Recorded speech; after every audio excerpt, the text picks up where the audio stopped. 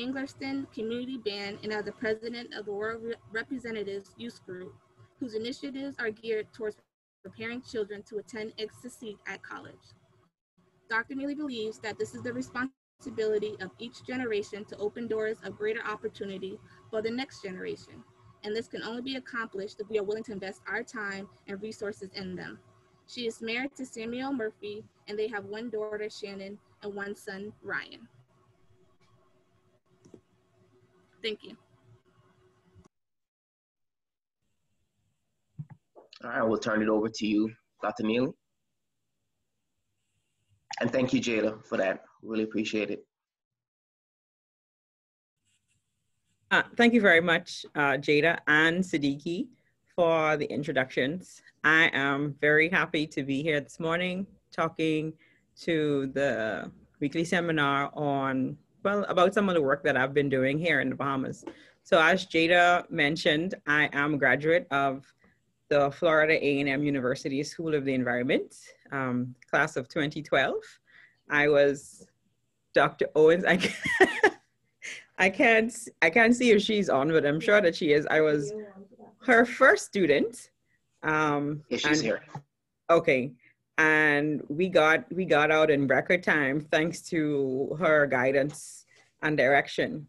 My dissertation had a focus on climate change in the Bahamas, and since then I've been working with climate change policy in the Bahamas, drafting legislation and implementing policy in the Bahamas. So the work that I started at FAMU has really formed the foundation of the work that I am currently doing at home in the country. So for those of you FAMU students, you PhD candidates who are looking around glassy-eyed, once you get out, there is hope and there is a world for you to apply your skills and do what you need to do once you get out. So getting into the presentation, I'm going to talk a lot about climate change this morning as it is my focus. And climate change is the most critical challenge facing humanity today. Urgent action is needed to reduce greenhouse gas emissions to limit global temperature rise. And many of the irreversible damages that we are expecting should be observed by the mid-century. However, there are people who are experiencing these impacts today, and the Bahamas is one of those countries that are already experiencing some of those impacts, and these impacts will only worsen in the foreseeable future. For example, just this week, we're not experiencing a direct storm event, but there are several storms out in the Atlantic Ocean, as I'm sure those in Tallahassee would be aware. But the sea level has risen so substantially over the last several decades as a result of climate change that I was driving home the other day and I looked out into the ocean, and I realized that the water level of the waves crashing were higher than my head in the car. That was a bit unnerving, and there was seawater, the waves were crashing into the streets. So we are in the Bahamas experiencing a lot of these impacts from climate change already. It's also inherently an environmental justice issue. So what that means is that those who contributed to it are suffering the most. Those who contributed least, are suffering the most from its effects. And we see that we're going to talk a lot about the global south, small island developing countries and small island developing nations in this presentation. But who matters, who decides, and who benefits? And a lot of these questions, the real answer should be that everybody matters and everybody decides and everybody benefits. But that does not work in a global situation. The UN, when I went to my first UN meeting in 2013,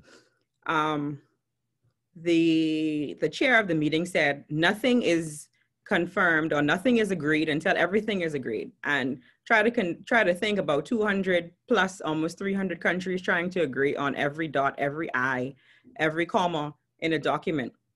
These things take time. But again, what we're going to be talking about here is the presence of women in a lot of these meeting rooms, or the absence of women in a lot of these meeting rooms. And we'll find that women for the most part, are not present in a lot of these decision-making areas, and they are the ones who will suffer from the impacts of their voices not being heard.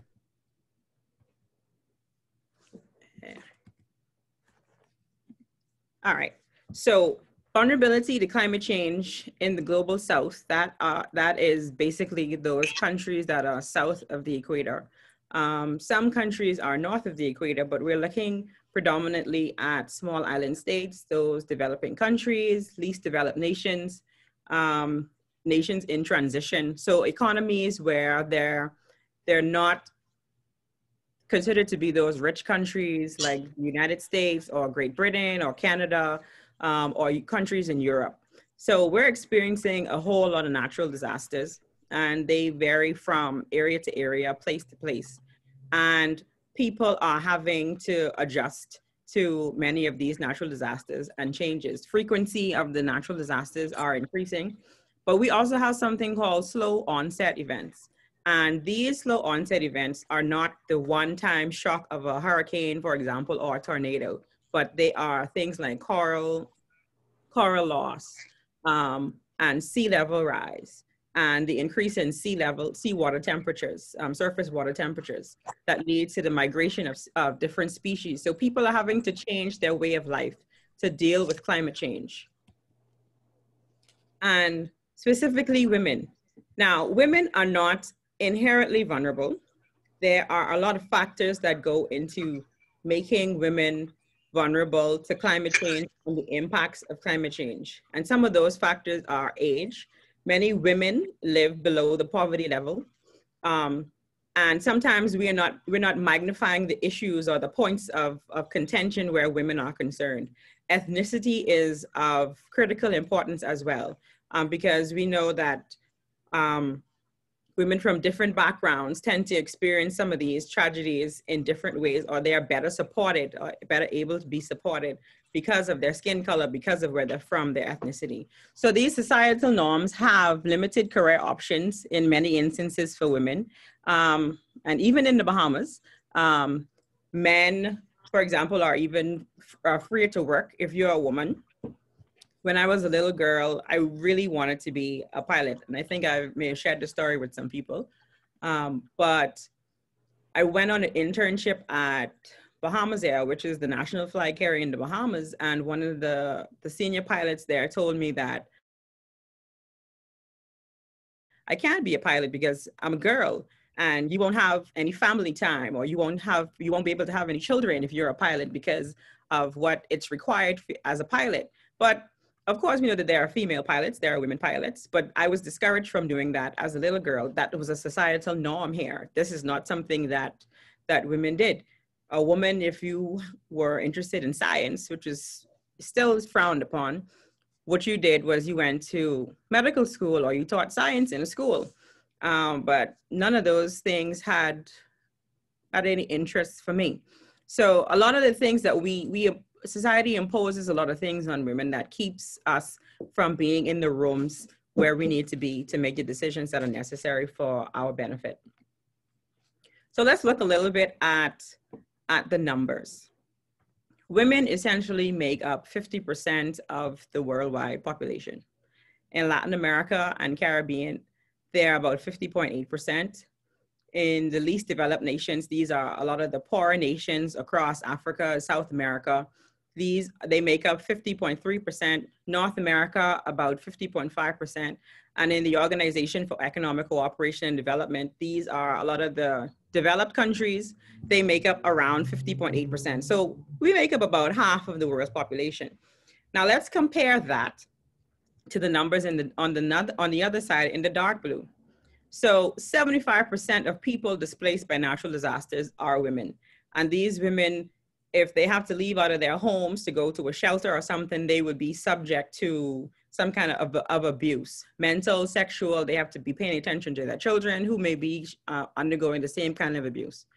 25% of women, when you look in the secondary schools, there's 25% gender parity in upper secondary schools. So what that means is that in only 25% of the schools, you have equal amounts of boys and girls in the secondary school. So we're losing girls even before they get to the college level.